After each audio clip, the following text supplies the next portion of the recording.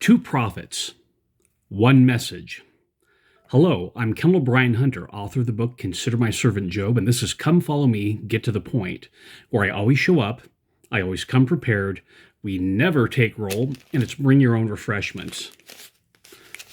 Grits. Two prophets, one message. Haggai or Haggai and Zechariah. So we're getting near the end of the Bible. We're finishing up the minor prophets, and I hope you had a wonderful experience getting to know the minor prophets. We focus on Isaiah and Moses rightfully, but these minor prophets do have something to tell us, and it's an important message. So with Haggai or Haggai or Haggai, depending on how you want to pronounce it, just learn Hebrew and you'll know how to pronounce these names. A short book, 2 chapters. And here's the, my collar's sticking up. Also want to do the, hey, look, I'm Elvis. So, chapter 1, verse 5. Now therefore, thus saith the Lord of hosts, consider your ways. Verse 6. He's talking to us about the telestial rat race, the telestial trap, where we're just getting stuck running on this rat wheel over and over again. This is what he says. Ye have sown much and bring in little. Ye eat, but have not enough. Ye drink, but are not filled with drink. Ye clothe you, but there's none warm. He that earneth wages to put in a bag with holes. These are great visual images. In fact, that's the key to good communication, is creating a visual image. Just say, okay, you're being disobedient, but you create this image and it tends to stick with you. And consider your ways. Are you trapped in this rat race? Are you just going through the motions? Or are you taking time to study these prophets, making changes? We're hitting the end of the year. This is a good time for New Year's resolutions. In fact, my favorite week of the year is this dead time between Christmas and New Year's. Christmas, all the chaos is over. You got all the gifts done. Parties are over. Unless you're organizing the New Year's party, it's over for the year. And so you just have this week to assess things and make your plans for next year and utilize that. Consider your ways and utilize that. That's Haggai. Zechariah. So we have 2 parts to it. One is these visions that he's given. The second part is these interesting prophecies about Jesus Christ that are snuck in amongst these the other councils. So, with the minor prophets are just telling people to repent. And actually, Lehi was one of these minor prophets. He just didn't make it into the Bible. So you have the visions, and the thing to pay attention is there's a visual aspect to the vision. So when you're getting it, it's not just hearing a voice telling you to do things. There's a visual aspect. Like I said, vision is a great way to communicate using visual aspects. I have this funny hat on, so it's Christmas.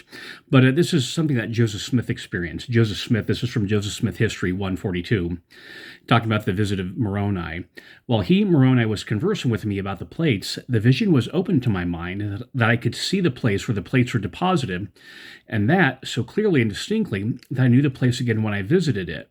So Moroni's talking, but in Joseph Smith's mind, he was able to see the place where he's going. And so you see this with some other visions, like in section 107. You'll see these phrases in the section, this according to the vision, is that you have the written aspect of the vision, but you have a mental aspect that isn't quite recorded, that we don't have, but that is a component of that. And you see the same thing, too, with the high councils, that Joseph Smith has a written component, but he has a visual component, and you actually need both to understand the message or to get a full insight with it, insight of what the teaching is and how to do things. Because there's just limitations to word. We've been talking about the Greek word ekphrasis, which is a written description of art object, and that's what sometimes revelations are. They're ekphrases. You have a writing, but you just need a visual aspect to it. Here, Brigham Young. This is from Wilford Woodruff's journal, and he's talking about Brigham Young entering the Salt Lake Valley, and this is what Wilford Woodruff wrote. On the 24th, I drove my carriage with President Young lying on a bed in it into the open valley, the rest of the company following. When we came out of the canyon into full view of the valley, I turned the side of my carriage round open to the west, and President Young arose from his bed. Remember, he is sick with Rocky Mountain spotted fever. President Young arose from his bed and took a survey of the country. Pay attention. While gazing upon the scene before us, he was enwrapped in a vision for several minutes. He had seen the valley before in vision, and upon this occasion he saw the future glory of Zion and of Israel, as they would be planted in the valley of these mountains. When the vision had passed, he'd said, "This is the place." No, of course, that's not what he said. This is what Brigham Young really said, according to Wilford Woodruff, who was there and who took very good notes. He said, "It is enough. This is the right place. Drive on."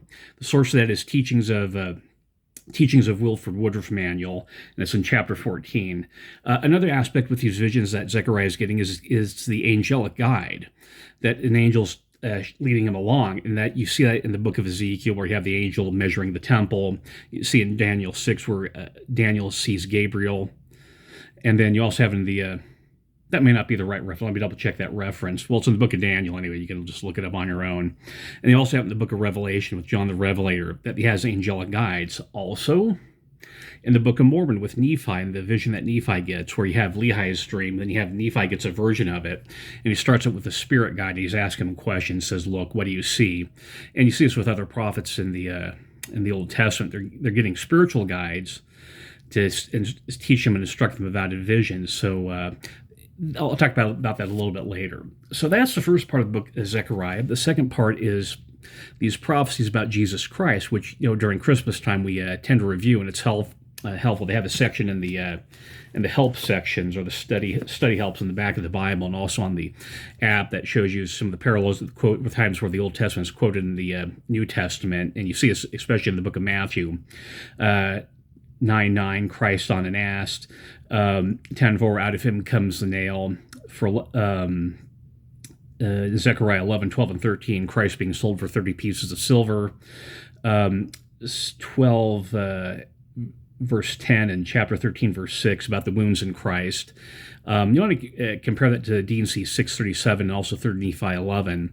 That also, I think that's in section 133, just right off the top of my head, that Christ being wounded, and when he's resurrected, he retains the wounds in his body still, and he uses that to verify that, yes, he is Jesus Christ. In fact, it's interesting in sign language. This is how you say Christ. You letter C across there, and then tap your hands, and that's how you say Jesus Christ in sign language, to just these wounds that he has, and that what happens, it's not just Thomas who's invited to touch the wounds, but it's everyone. 3 Nephi, double check that, is that you think about the wounds that Christ had, and these are emblems and symbols of his atonement. It's interesting, he's resurrected, but he still retained the wounds that he experienced, and there's a question, okay, will he always be wounded? And we don't have any revelation to answer that, but that sort of misses the point sometimes, that, to verify that he is resurrected with the same body, he retains the wounds in it. Another thing to think about is it's going to be very bright at the second coming. Chapter 14, verses 6 and 7, you compare that to Isaiah chapter 30. I wrote the reference funny. Isaiah 30, I think it's 6 and 7. I can correct this when I publish that. I'm sorry, I got a little hasty. I had to pay some medical bills before I came on, so you know how that goes. So in Isaiah chapter 30, it says that the sun will be sevenfold as bright during the second coming, and that's just going to be very luminous, like it was among the Nephites, and how the Nephites' experience prepares us for the second coming. I'd like to talk about something that I struggled with as a teenager, and it's Zechariah 14, verse 2, and it says, "I will gather all nations against Jerusalem to battle." I'll gather all nations against Jerusalem to battle. And I read that, I thought, wait a second, all nations, of course, would include the United States. So the United States is going to go to war with Israel, and that really puzzled me, because the U.S. has been a very strong ally to the state of Israel. Now, don't confuse Jews with the state of Israel, with the gathering of Israel, etc. Those are a little bit separate things. Is that we love Jews, but we don't necessarily endorse everything that the state of Israel does, or particular government of Israel. That's a different issue. That may be related, but we've been supportive of Israel. 10th Article of Faith, and didn't make any sense. But as you got older, I started noticing these trends in anti-Semitism. Some of the government's two-state solution for the Israel-Palestinian problem, and a lot more anti-Semitism. These celebrities with legitimate mental health issues, becoming anti-Semites, and just in other places that, you can actually foresee the United States going to war with Israel, invading Israel, and part of a coalition that's going to fight Israel. So when you read Revelations and they puzzle you, trust with the revelation. In fact, Heber C. Kimball recorded that Joseph Smith one time told him, "I've heard Joseph Smith say many times that he is much tempted about the revelations the Lord gave through him. It seemed to be impossible for them to be fulfilled." That's Joseph Smith struggled with. Joseph Smith the prophet struggled with the revelations he got, and so if you struggle with them, like I did with this one thing, it's that happens to everyone. But trust the revelations. So here we are at the end. This is get to the point. We're doing this things really quick. I'm at 10 minutes right now, and here's the Christ quotient. Abinadi said that, yea, and even all the prophets who have prophesied ever since the world began, have they not spoken more or less concerning these things? And he's referring to the life and mission of Jesus Christ, that all the prophets, to one degree or another, are testifying of Jesus Christ, including the minor prophets. Sometimes with Obadiah or Haggai, it's a little bit hard to notice that, but something like Zechariah or even Isaiah, it's fairly obvious. Isaiah chapter 53 is the most obvious one, or with the law of Moses, where you have all these symbols about Jesus Christ. Another thing to think about is the nature of visions, because if you read section 50, verse 2, one of the problems we have is with false spirits going around deceiving people. And section 50 tells you how to detect what to do when you receive a false spirit, or you're being tempted, or when you get a revelation, or you think it's a revelation, or you're just not sure exactly what it is. It tells you the process. Also, section 129. But lastly, I think really the biggest action we have goes back to Haggai verse 1, verse 5. Consider your ways. That's something we do before we take the sacrament, is to think about our ways, and we make this covenant. Then we make a covenant to keep the commandments, and leaving church, showing up to church, taking the sacrament, and when sacrament meeting is over, and bolting home, that's premeditated sin. You're making this covenant to keep the commandments, and then right after you make this covenant, you go home. Brethren have the oath and covenant of the priesthood, and so ducking out a priesthood meeting, or you do the fake approach where you just hang out in the hallway. First hour is sacrament meeting, and second hour is just loiter in the lobby and linger and skulk around the chapel and chat with the other people who are also skulking about the chapel. No, that's not right, and you're not keeping your covenants. And the reason why you keep covenants is to come unto Christ, and coming unto Christ, that's the point.